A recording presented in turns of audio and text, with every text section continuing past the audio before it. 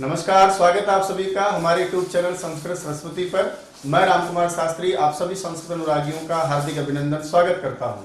दोस्तों, यदि आपने अभी तक इस चैनल को सब्सक्राइब नहीं किया तो इसे सब्सक्राइब करें, लाइक करें, शेयर करें और वीडियो देखने के बाद इस चैनल पर कि ये वीडियो आपको कैसा लगा कमेंट्स बॉक्स में आप कमेंट करके मुझे जरूर बताइएगा। मैं आपकी कमेंट की प्रतीक्षा में रामकुमार शास्त्री एक बार फिर आपका हार्दिक अभिनंदन करता हूं। चलिए आज की क्लास शुरू करते हैं। सरस्वती वंदना हम करेंगे। माँ शारदे को नमन, सरस्वती नमः। शुक्लां ब्रह्म विचार सार परिमां आद्यां जगद्व्यापिनी वीणा पुस्तक धारिणीं अभयदां जाड्यान्धकारापहाम् अस्ते स्फाटिकमालिकां विदधतीं पद्मासने संस्थितां वन्दे तां परमेश्वरीं भगवतीं बुद्धिप्रदां शारदां बुद्धिप्रदां शारदां बुद्धिप्रदां शारदां। अब मान लो परीक्षा में आ जाए कि बताइए अस्वर के भेद कितने हैं। किसके भेद पूछ रहा है आपसे? ऐ के।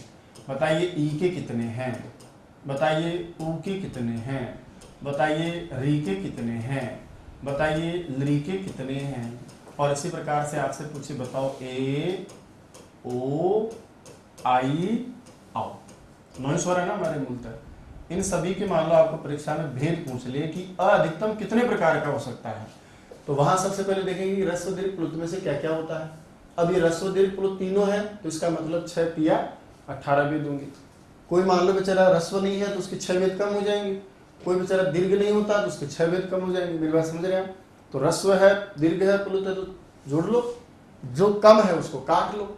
अब देखिए मैं आपके लिए ऐसे पूछता हूँ ए के भेद बताओ, तो आप परीक्षा में ए के भेद कैसे बताओगे? तो ऐसे बताएंगे। देखो आप, ह्रस्व होता है 6, दीर्घ होता है 6, प्लुत होता है 6, 6 तिया 18 भेद है। क्यों 18 भेद है? क्योंकि ये ह्रस्व भी होता है, ह्रस्व आर मतलब ह्रस्व, डी मतलब दीर्घ और पी का मतलब प्लुत। तो फिर बताओ 6 तिया कितने होंगे भैया? 18 हो गया, क्योंकि 6 + 6 + 6 बराबर कर लो बोले आप कितने हो जाएंगे? 18 भेद हो जाएंगे। इसी प्रकार से मैं पूछूंगी ई के भेद बताओ। कैसे बताओगे? ई ह्रस्व भी होता है, ई दीर्घ भी होता है, ई प्लुत भी होता है और ह्रस्व के 6 भेद, दीर्घ के 6 भेद, उसी प्रकार से प्लुत के 6 भेद। तो 6 + 6 बराबर बताओ इसके भी कितने होंगे? 18, क्योंकि ये भी ह्रस्व दीर्घ प्लुत तीनों होता है। उसी प्रकार ऊ और री के देखो, ऊ ह्रस्व होता है, दीर्घ होता है, प्लुत भी होता है, री ह्रस्व भी होता है, दीर्घ भी होता है और प्लुत भी होता है। अब मैं आपसे कहूँ कि बताओ ऐसे कहाँ कैसे लिखेंगे? तो वही 6 तिया 18 तीनों होते हैं ना, ये भी री भी तीनों होता है 6 तिया 18। तो 6 ह्रस्व के, दीर्घ के और प्लुत के 6 करते करते इसके भी भेद 18, इसके भी भेद 18, क्योंकि इनके 3 रूप होते हैं। ह्रस्व भी होते हैं ये सब, दीर्घ भी होते हैं और प्लुत भी होते हैं। तो ये भी ह्रस्व हुआ, ये भी दीर्घ हुआ, ये भी प्लुत हुआ, ये भी ह्रस्व हुआ, ये भी दीर्घ हुआ और ये भी प्लुत हुआ। यहाँ तक तो कोई समस्या ही नहीं आई ना। तो आई उ री, यहाँ तक तो हम आगे बढ़ते हैं। ली, ली का क्या है? ह्रस्व तो है, दीर्घ में आता है क्या? बोले यार ये तो नहीं आता। यहाँ आप चिन्ह समझ ले भैया ना, 3 का चिन्ह अंडरस्टूड है, आप समझ जाना बात को। जगह नहीं थी इसलिए मैं लिख नहीं पाया। वैसे यहाँ 3 के साथ लिखते हैं तो ऐसे लिखा जाता है, तो आप इसको समझ जाए बात अपने आप। ये प्लुत का चिन्ह जो है ना, इसको ऐसे समझ लें आप कि सबके पीछे क्या है? प्लुत का चिन्ह है। ये प्लुत स्वर है सभी। तो ली ह्रस्व में तो है लेकिन दीर्घ में नहीं है, और ली प्लुत में तो है। इसका मतलब यहाँ पर केवल ली के पास में क्या क्या है? तो आप कहोगे साहब ली के पास में एक तो केवल ह्रस्व है और एक केवल प्लुत है, इसका दीर्घ नहीं होता है। तो दीर्घ नहीं है तो दीर्घ के कितने कम हो जाएंगे? 6 हो जाएंगे। ये ह्रस्व के 6, ये प्लुत के 6, 6 दूनी 12। बोले भैया ऐसा हादसा कैसे हो गया? तो वहां लिखा हुआ है कि लृकारस्य 12 भेदाः। लृकार के कितने भेद हैं? 12 भेद हैं। तो 12 को कैसे बोलते हो आप? 12। और बोला क्यों? क्योंकि उसका कारण है कि इसका दीर्घ नहीं होता है। तो दीर्घ प्लस अभाव में संधि करके वहां एक शब्द लिखा आता है दीर्घाभावात। तो दीर्घाभावात का मतलब दीर्घ भावात नहीं है, दीर्घ अभावात है, क्योंकि इसका दीर्घ नहीं होता है। और देखो ए ओ आई औ ये चारों एक ही लक्षणों के स्वर हैं। यहाँ आने के देखो चारों में से कोई से भी एक है, इसका मतलब ए ओ आई औ वीआईपी होते हैं, जन्म से बड़े लोग होते हैं, इनका छोटा रूप होता ही नहीं। ये रस्व का भी होता ही नहीं है, तो रस्व के 6 कट गए, चारों भी कट जाएंगे, देख लो 6 कट गए। फिर दीर्घ में बोले आते हैं, ये बोले प्लुत में आते हैं बोले, इसका मतलब इन दोनों का केवल 2 ही रूप जुड़ेगा। कौन कौन सा वाला जुड़ेगा बताओ? तो हम कहेंगे एक तो जुड़ेगा इनका दीर्घ का रूप और एक जुड़ेगा इनका प्लुत का रूप। ऐसे जोड़ोगे तो फिर कितने हो जाएंगे? वही 6 प्लस 6 कितने हो गए इसके? 12। सेम डिट्टो स्थिति इनकी है तीनों की।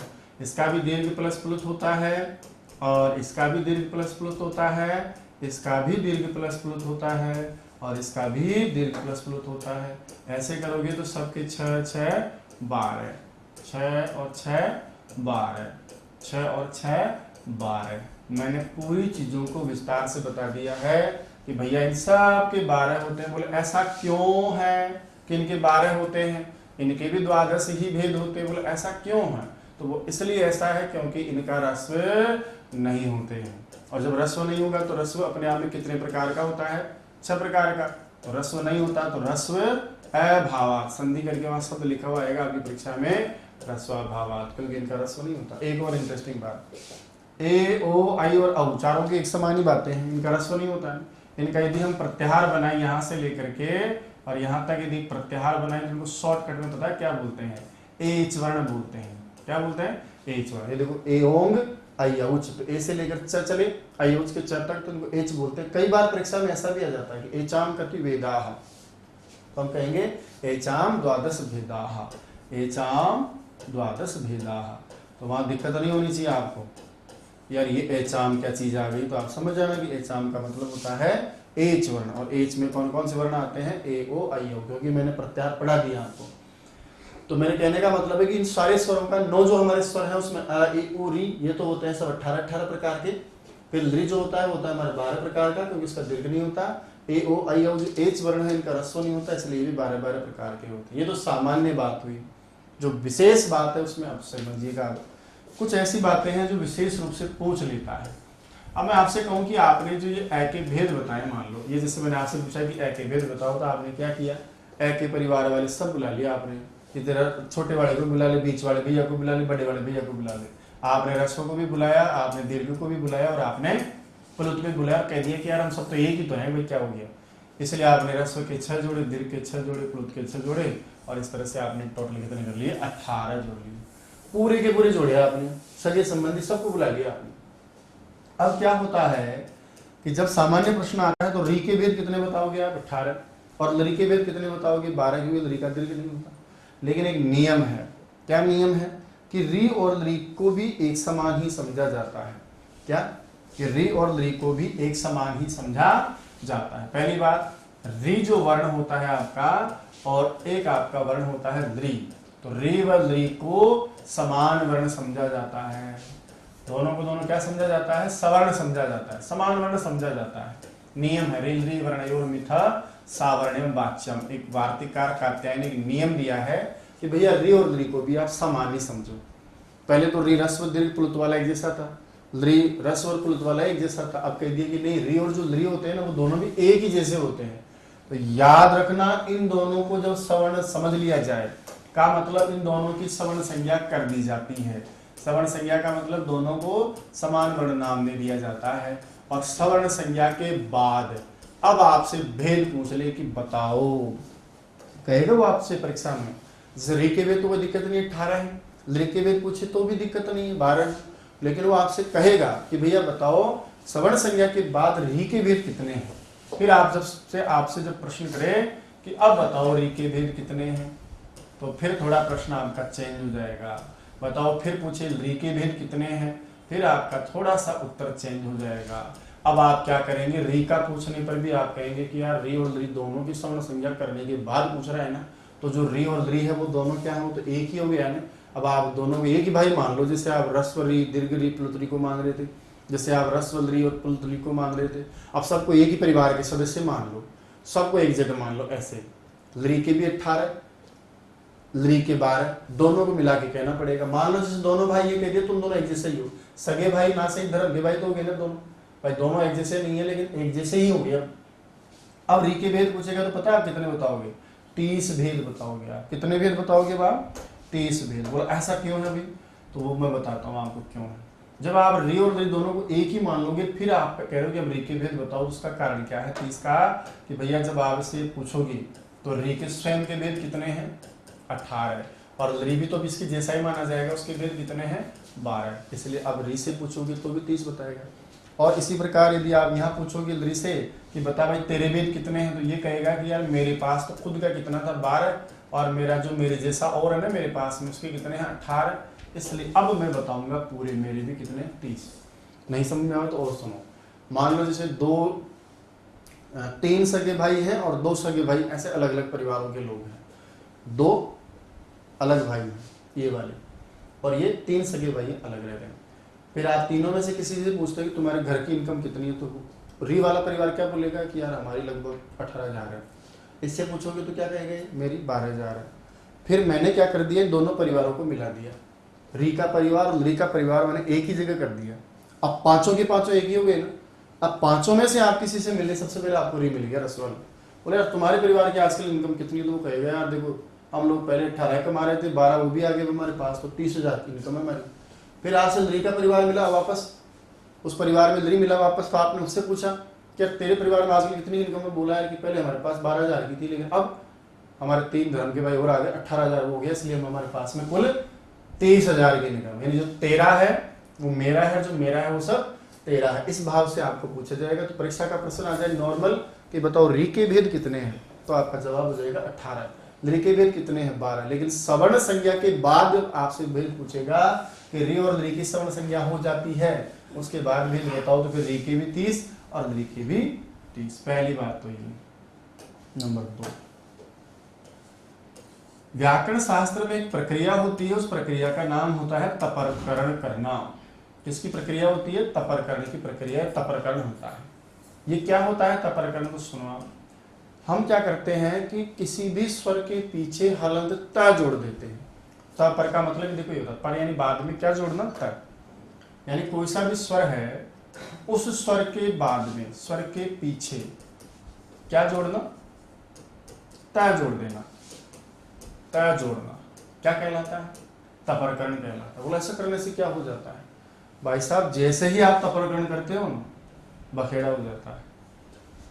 फिर तपरकरण करने के बाद क्या होता है? तो तपरकरण करने के बाद यानी पीछे त जोड़ देने के बाद वह स्वर अपना ही बोध कराता है। वह स्वर अपना ही बोध कराता है, अपना ही ज्ञान कराता है, अपने समान अन्य स्वरों का ज्ञान नहीं करवाता है ना। अपने समान जो और भी वर्ण थे ना, ऐसे रस वाला दिल को भी ले रहा था, तो अपने समान जो वर्ण है, अपने समान जो वर्ण है उन वर्णों का ज्ञान नहीं करवाता है, का ज्ञान नहीं करवाता है, नहीं कराता है।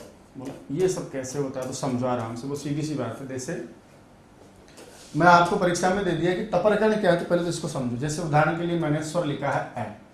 अब इस स्वर के पीछे की तरफ यदि मैं त लगा दूं, हलंत वाला, ये लगा दिया त, पर में लगाया ना बाद में लगाया, इसको तो बोलते हैं तपरकरण करना। अब मैंने अ को क्या बना दिया? अत बना दिया। बोला अब क्या हो गया? तो अब यूं मान लो थोड़ी देर के लिए कि जैसे पहले ए जो था ना, वो ऐसे परिवार में रहते थे, बिना शादी के लोग थे, आराम से उदाहरण बनता, बहुत प्यार प्रेम था। फिर आपने ऐसे पूछा कि कितने हजार कमा लेते हो आजकल, तो ए ने क्या सोचा है? मैं 6,000 कमाता हूँ। दीर्घ वाले बड़े भाई साहब 6,000 कमाते हैं, प्लुत वाले जो सबसे बड़े भाई साहब 6,000, तो हम 18,000 कमाते हैं भाई साहब। यानी जो तेरा है वो मेरा है, जो मेरा है वो तेरा है, ऐसी भावना थी। अब तपरकरण को आप यूं समझेंगे जैसे विवाह कर दिया आपने और ये पत्नी साथ आ गई इसके, अब वो ए क्या बन गया? अत बन गया। और जैसे ही तपरकरण करते हो, विवाह कर देते हो, अब ये कहेगा कि भैया जो मेरा है वो मेरा है और जो तेरा है वो तेरा है। यानी मेरा मतलब कि मैं जो रस्व हूं ना, तो मेरे पास में जो रस्व का था ना वही मेरा है बस। अब दीर्घ वाले का और प्लुत वाले का मेरा नहीं है। इसी प्रकार से मान लीजिए दीर्घ स्वर के पीछे आपने लगा दिया, आ के पीछे लगा दिया आपने तपरकरण, क्या बन गया? आत। अब इसका मतलब है कि दीर्घ वाला ही मेरा है, बाकी रस्व वाला प्लुत वाला मेरा नहीं है।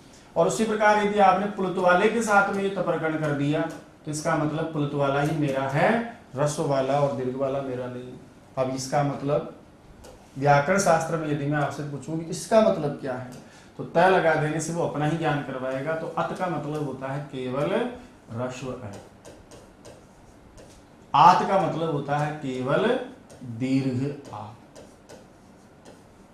है ना, और आत का मतलब होता है केवल पुलुत अ।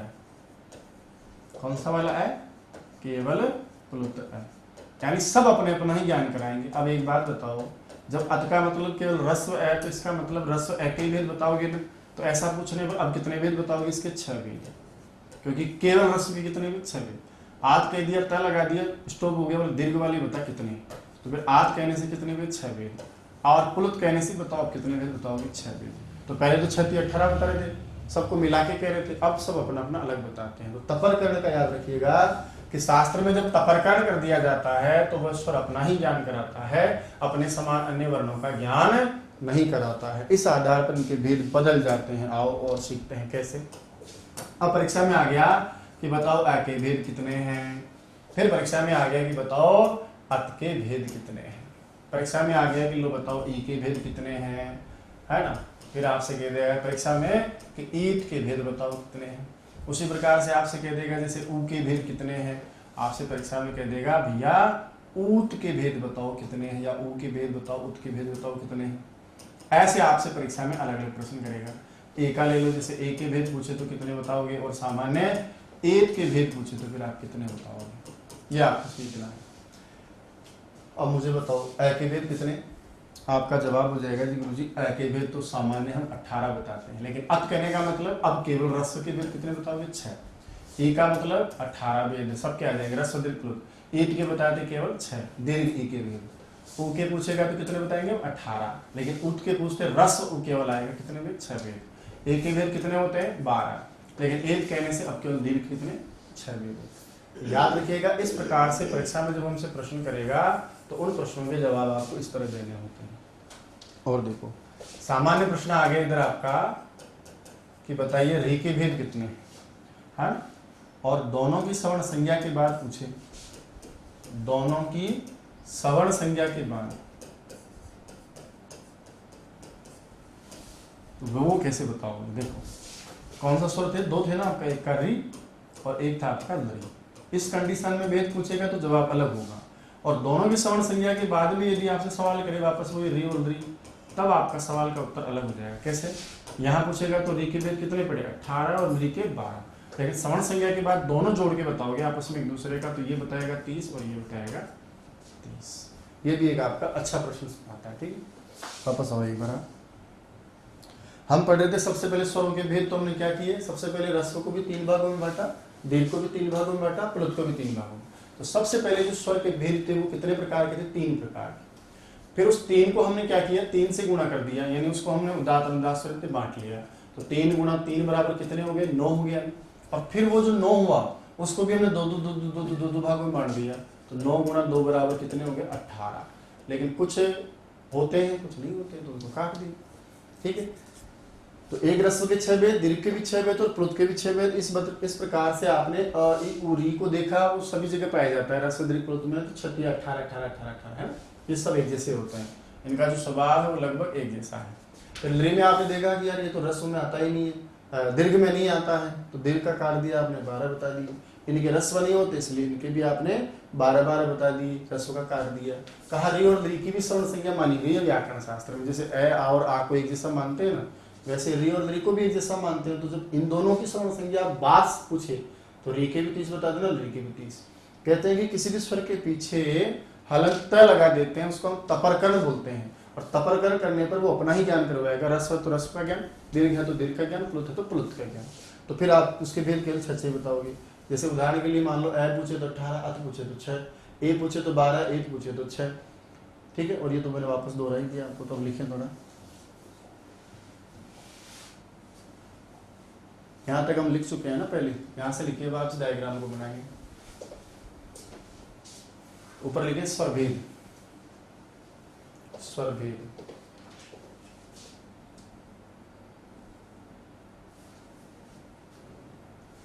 स्वरभेद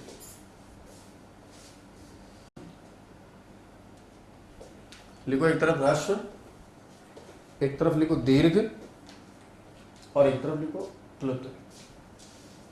प्लुत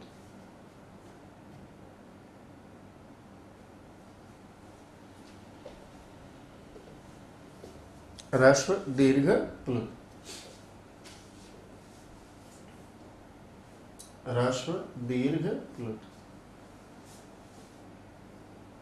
फिर आप पहले ह्रस्व को कंप्लीट करो, ह्रस्व के 3 भेद करो, उदात्त, अनुदात्त, स्वरित।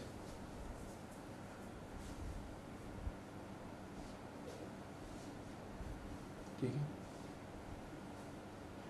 उसी तरह से दीर्घ को लिखो, उदात्त, अनुदात्त, स्वरित। वो भी हो जाएगा 3, उदात्त, अनुदात्त, स्वरित।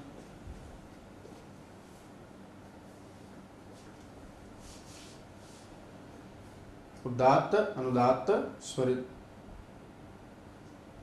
उसी तरह प्लुत के नीचे लिखो, उदात्त, अनुदात्त, स्वरित।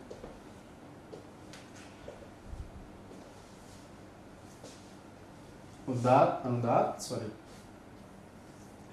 तो प्रत्येक के 3 भेद हो गए ना, ह्रस्व भी 3, दीर्घ भी 3, प्लुत भी 3। फिर उन तीनों को हमने 2-2 कर दिया, इसके भी 2, 2, 2, तो सब 2, 2, 2, 6 हो गए। अब आप लिखे उदात्त के नीचे अनु और अननु, इसका मतलब अनुनासिक, अननुनासिक। तो शॉर्टकट में लिखा है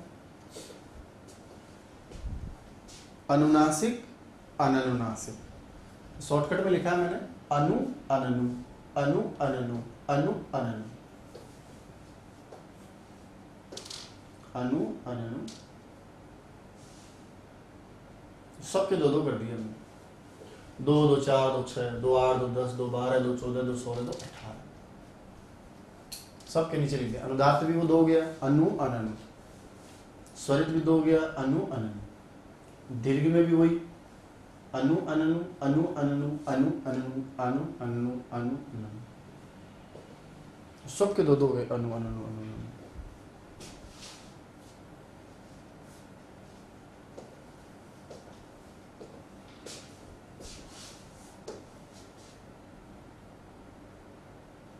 अनु अननु, अनु अननु, अनु अननु, अनु अननु।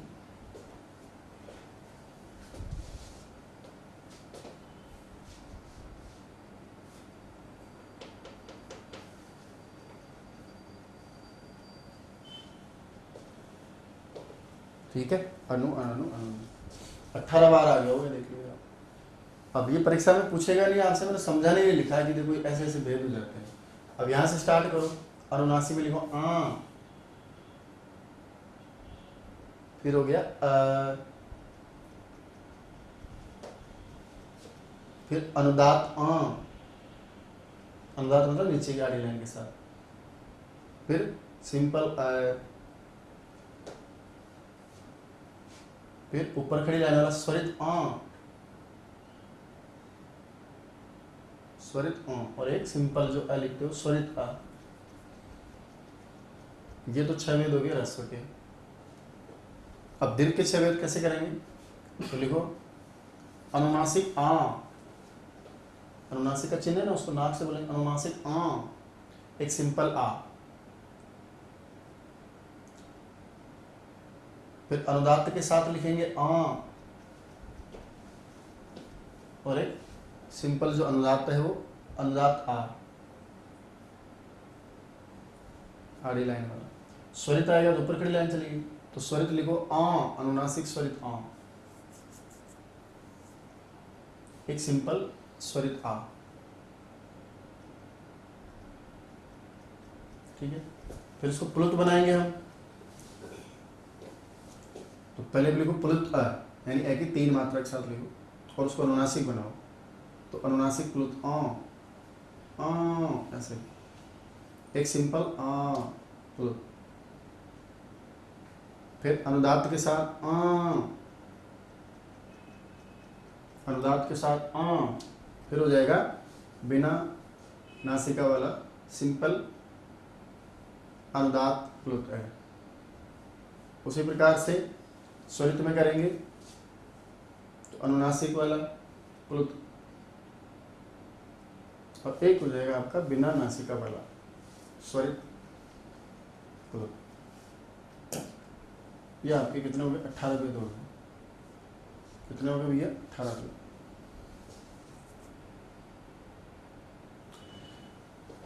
अब कौन कौन रस्व हो सकते हैं वो लिखा था मैंने, है ना, समझने के लिए केवल, है ना, आपसी, ताकि हम समझ सके। तो ये कुछ स्वर हैं जो आपके रस्व होते हैं, ऐसा मैंने लिखा है आपके सामने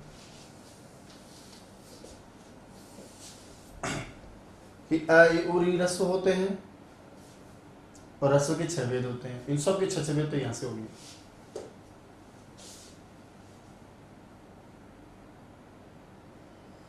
फिर ये दीर्घार्थ होते हैं ना, आ ई उ री ए ओ आई औ, इनके 6 भेद यहां से दीर्घ हो जाएंगे।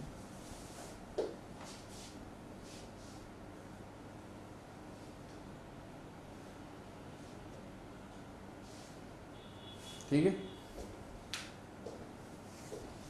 और जो प्लुत होते हैं वो सारे 9 के 9 होते हैं। तो 9 प्लुत लिखो, अ ई उ री ए ओ आई औ। और प्लुत बराबर कितने भेद है? 6 भेद इसके में।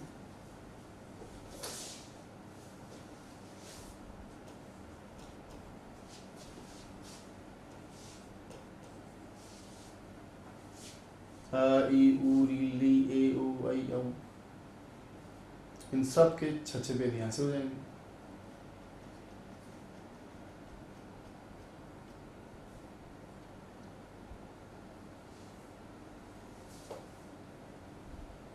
प्लुत के भी कितने भेद आएंगे मेरे पास? 6 भेद। तो रस्व के भी 6 भेद, उन पांचों के 6 भेद वहां से, 8 के 6 भेद यहाँ से और 9 के 6 भेद यहाँ से। अब आ जाओ, लिखो इस प्रकार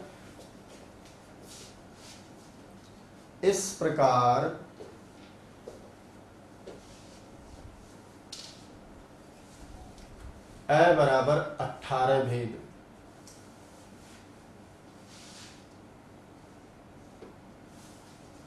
अ बराबर 18 भेद, ई बराबर 18 भेद,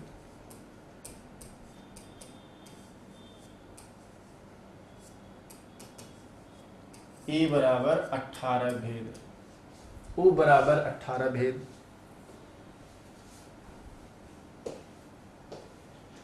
री बराबर 18 भेद,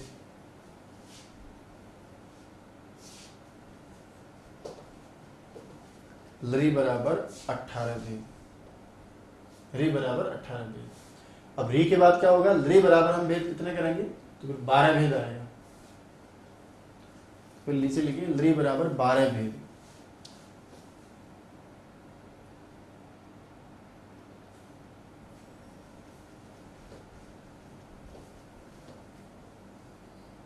कितने? 12 भेदा। क्यों? दीर्घा भावा, दीर्घ अभाव तक मिला दिया, संधि कर दिया, दीर्घा भावा, दीर्घा भावा।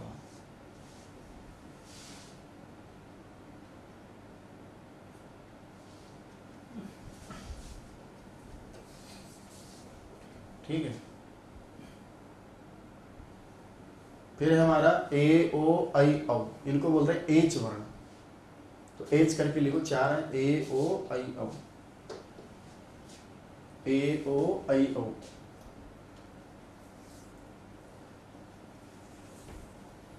और इन सबके कितने कितने भेद है? 12 12 12 12 12 12 ऐसे।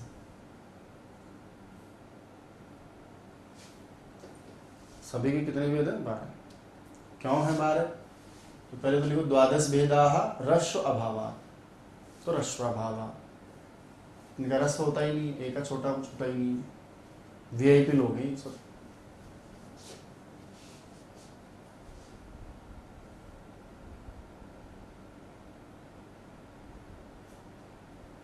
ठीक है, रस्व अभावा। ये तो सामान्य स्वरों के भेद हो गए। विशेष अब लिखो आगे, विशेष में नंबर 1 और 2 कुछ बातें ऐसी जो हमको सीखनी है। उसमें लिखो नंबर 1,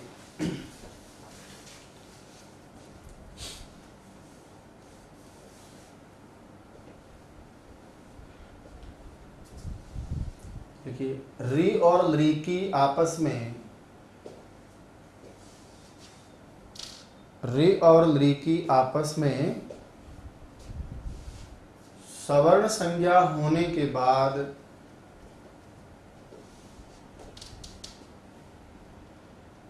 सब आपस में सवर्ण संज्ञा होने के बाद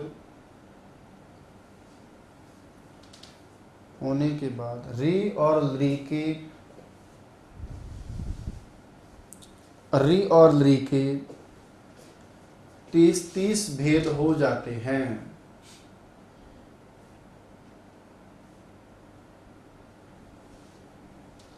री और ली के 30 भेद हो जाते हैं। सामान्य पूछे री के भेद तो 18, री के 12। बोला री और ली की सवर्ण संज्ञा होने के बाद तो री बराबर 30 और ली बराबर 30। दूसरा बिंदु लिखें। दूसरा बिंदु लिखें। किसी भी स्वर के पीछे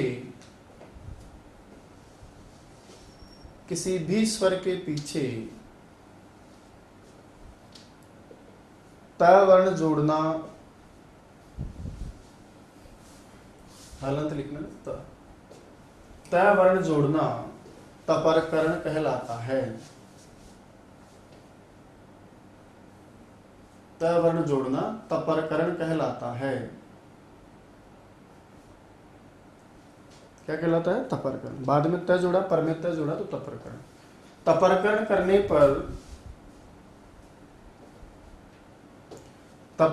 करने पर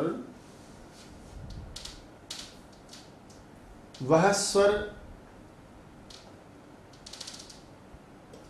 अपने मूल स्वरूप का ही ज्ञान कराता है। वह स्वर अपने मूल स्वरूप का ही ज्ञान कराता है।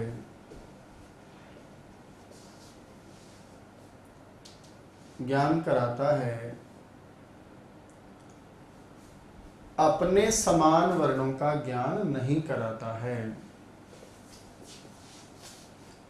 अपने समान वर्णों का ज्ञान नहीं कराता है।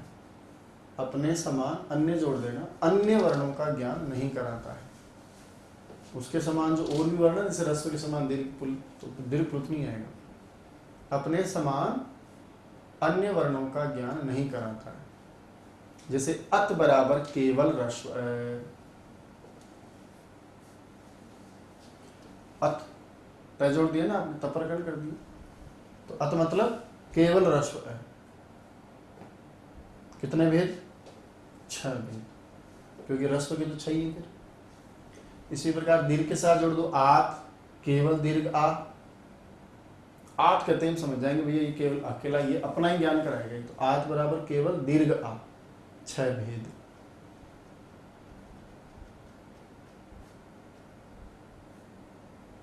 उसी प्रकार प्लुत कर दूं, ए को 3 का चिन्ह लगा के लिखें, प्लुत बना दें। आत केवल प्लुत अ, 6 भेद।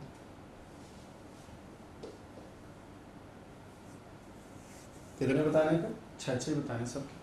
अत, आत, आत, इत, ईत, ईत, उत, उत, उत, ऊत, ऊत, ऐसे थोड़ा समझ लीजिए। इससे जैसे लिखो, ए बराबर 18, अत बराबर 6, समझ में आ जाएगा। ए बराबर 18, अत बराबर 6।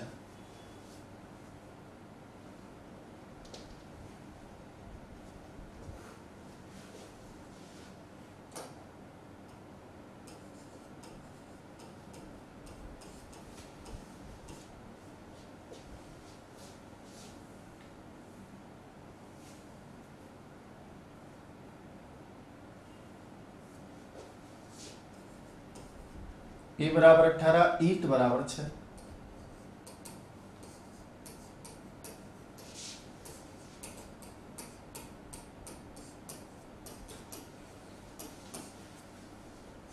उ बराबर 18, ऊत बराबर 6।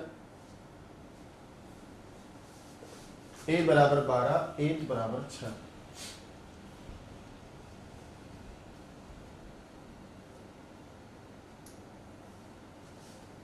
ठीक है। वो बात जो मैं आपको बोल रहा था, री और री का सामान्य पूछे तो 18, 12, दोनों की परस्पर सवर्ण संज्ञा के बाद पूछ लिए तो फिर हमको दोनों का जोड़ के री का भी 30 और री का भी 30।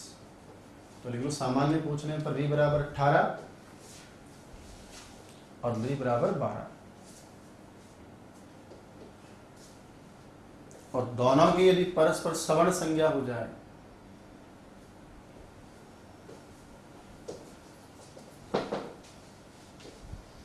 दोनों की परस्पर सवर्ण संज्ञा के बाद, फिर प्रत्येक के 30-30 भेद हो जाएंगे। री का पूछे तो भी 30 और लरी का पूछे तो भी 30। दोनों की परस्पर सवर्ण संज्ञा के बाद, यानी री और लरी की सवर्ण संज्ञा हो जाए तो री बराबर भी 30 और लरी बराबर भी 30।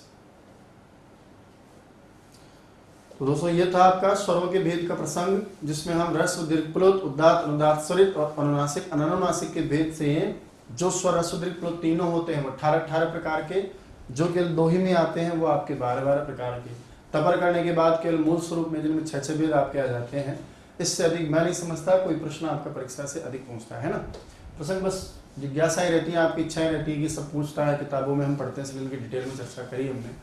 अब हम जो चर्चा कर चुके हैं उसमें वर्ण की परिभाषा, वर्ण के भेद, स्वर व्यंजन क्या है, उनकी संख्या, पाणिनि शिक्षा, सामान्य वर्ण, वर्णमाला और स्वरों के भेद, माहेश्वर सूत्र, उनसे बनने वाले प्रत्याहार।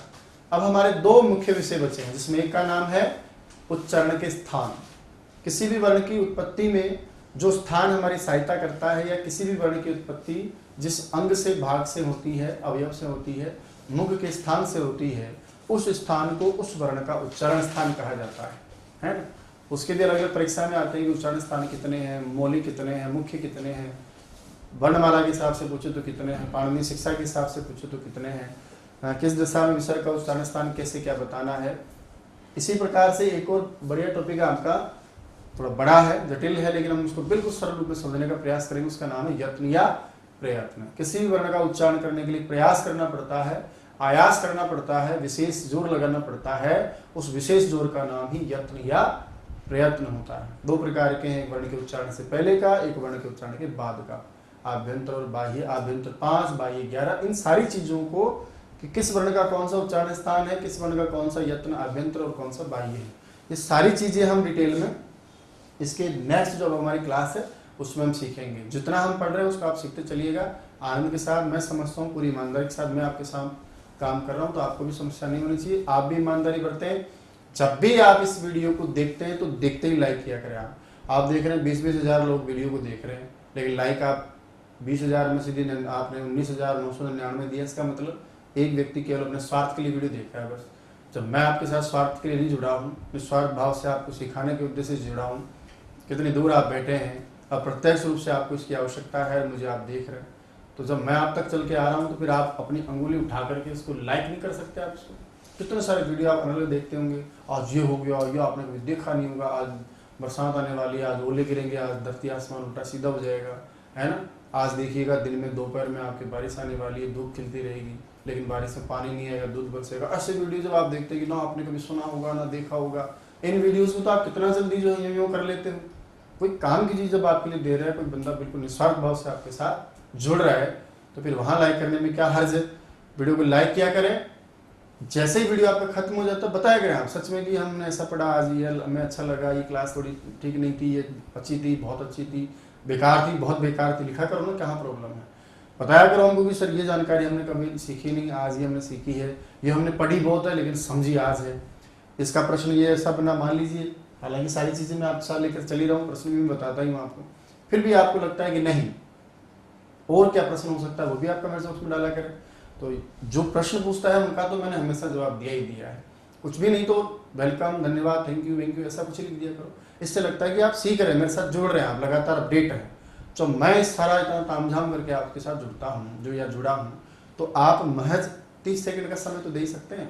वीडियो को देखा, लाइक किया, उसके बाद वीडियो देखने के बाद आपने उसको कमेंट्स किया। चैनल यदि सब्सक्राइब नहीं किए हैं उसको सब्सक्राइब करो, आप बेल आइकन पे भी क्लिक करो। बहुत सारे ऐसे लोग होंगे जिन्होंने सब्सक्राइब तो कर रखा है चैनल को, लेकिन उस घंटी को जो है आपने क्लिक नहीं कर रखा। तो इससे क्या है कि आपको जो वीडियो आता है तो आपको पता ही नहीं चलता। हाँ, हालांकि हम निर्धारित 4 बजे का टाइम लेकर चल रहे हैं, लेकिन हो सकता है कोई मोटिवेशन का वीडियो हो या कोई ऐसी तत्कालीन कोई बात हो, ऐसी वार्ता हो जो मुझे आपसे करनी हो, बतानी हो, आप तक सूचना पहुंचानी हो, तो उसके लिए भी तो मैं सुबह वीडियो डाल सकता हूँ, दोपहर में डाल दूँ, रात के 10 बजे डाल दूँ। तो वो वीडियो आपको जितना जल्दी मिले अच्छा है ना। क्या पता उस मानसिक तनाव में वो 2 बातें सुनकर आपका मन थोड़ा हल्का हो जाए। तो निश्चित रूप से मैं चाहता हूँ कि आप जुड़े रहें, अपडेट रहें। संस्कृत के लिए मैंने जिम्मेदारी उठाई है, तो आप निश्चित रूप से भरोसा करके मेरे साथ चलें। तो उस घंटी को भी आप करें, है ना, जिससे आपको आने वाला वीडियो तुरंत मिल जाएगा। जैसे आप वीडियो देखते हैं उसको लिंक आप कॉपी करें, शेयर में जाते हैं आप, लिंक कॉपी का आता है, उसको लिंक कॉपी करें और फिर अपने स्टेटस पे लगा लें, अपनी FB ID पे शेयर करें, व्हाट्सअप 2-4 जो आपके पास ग्रुप है, व्हाट्सअप ग्रुप रीट भर्ती परीक्षा संबंधी, सीटेट वाले, FB पे भी आपके कई सारे ग्रुप होते हैं संपर्क में। तो आप इससे क्या है कि अपना परिवार बड़ा होगा, अधिक से अधिक लोगों तक हम पहुंचेंगे, अधिक से अधिक लोगों तक वही नहीं आप भी पहुंचेंगे। हो सकता है कि वहाँ एक बंदे ने प्रश्न किया है वो आपके भी काम का हो, उसका जवाब सबके लिए होता है। तो किसी न किसी रूप में आप जुड़ते रहें, परिवार अपना बड़ा होगा। जितना अधिक आप लोग दिखाएंगे या इतना बड़ा परिवार मेरे सामने रहेगा तो मैं और जिम्मेदारी के साथ और नैतिकता के साथ कुछ और अच्छा आपके सामने रखने के लिए प्रेरित होऊंगा। सब हमारे लिए लाभदायक, हम सबके स्वास्थ्य के लिए लाभदायक है कि नहीं। तो जितना अच्छा आप करेंगे उतना अच्छा मैं आपके साथ बढ़िया करता रहूँगा। अब तक आपने खूब सहयोग दिया है, बस कहीं कुछ कमियां हैं थोड़ी बहुत, उनको आप और अच्छा करें। सोने पे सुहागा हो जाएगा और लोगों तक एक मैसेज जाएगा। एक शिक्षक बीड़ा उठाकर चला था, बच्चों की आवश्यकताओं को ध्यान में रख करके उनके लिए वक्त उसने दिया और बच्चों ने सच में उस बंदे का सहयोग दिया है, तो और लोग भी मोटिवेट होंगे, अच्छा काम करने के लिए आगे आएंगे।